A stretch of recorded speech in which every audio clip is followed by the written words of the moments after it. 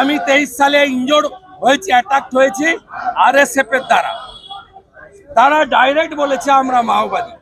3 জনকে অ্যারেস্ট করেছে, রাত্রি 11টায় ওদের ছেড়ে দেওয়া হয়েছে পুলিশ মন্ত্রীর নির্দেশে। উল্টে যাদবপুরের ওসি আমার বিরুদ্ধে মামলা করার জন্য হাইকোর্টে গেছে, যে মামলা এখনো পেন্ডিং। এরা ভোটের সময় বলে নো ভোট টু মোদিজি, নো ভোট টু বিজেপি। তার ফায়দা তৃণমূল পায়, ভোট পলিটিক্স। এরা নাস্তিক,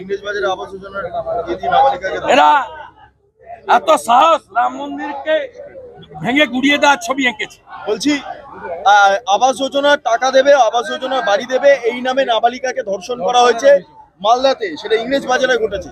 এটা মানে প্রায় সন্দেশখালীর মতো ছায়া, ওখানে পিঠে বানানো, এখানে আবাস এক্ষুনি পুলিশ বলে দিবে যে হয়নি। আর ডাক্তারদের সাসপেন্ড করে ভয় পাইয়ে দিয়েছে, ডাক্তাররাও আর ভয়ে করছে না। মেদিনীপুরে ডাক্তার লেখেনি, কল্যাণী এইমসে নিয়ে যেতে হয়েছে। ডাক্তারদেরও প্যানিক করে দেওয়া হয়েছে।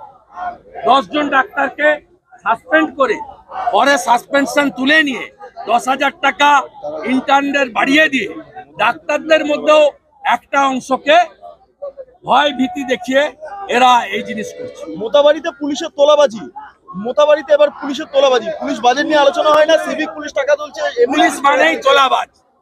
পুলিশ এখন হোলিতে দোলে, যাতে দোল পালন না হয় সেই জন্য করছে।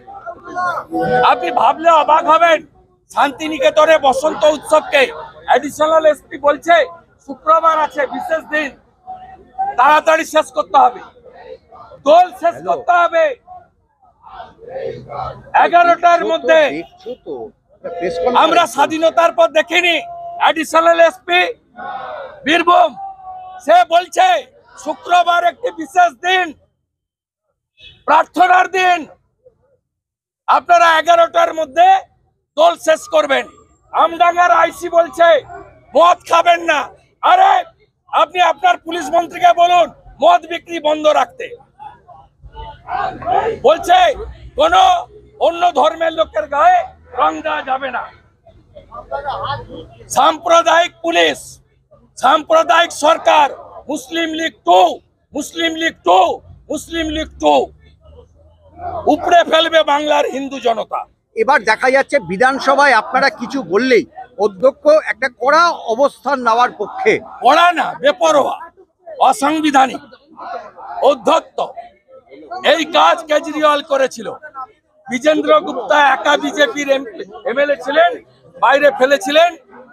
আজকে বিজেন্দ্র গুপ্ত স্পিকার, বিমান ব্যানার্জিকে, মমতা ব্যানার্জিকে হারাবো, আর ওদের দলে যে কটা মুসলমান এমএলএ জিতে আসবে, বিজেপি সরকারে আসবে, চ্যাংদোলা করে তুলে রাস্তায় ফেলবো। এই রাস্তায় ফেলবো, এই রাস্তায় ফেলবো, 10 মাস পরে এই রাস্তায় ফেলবো।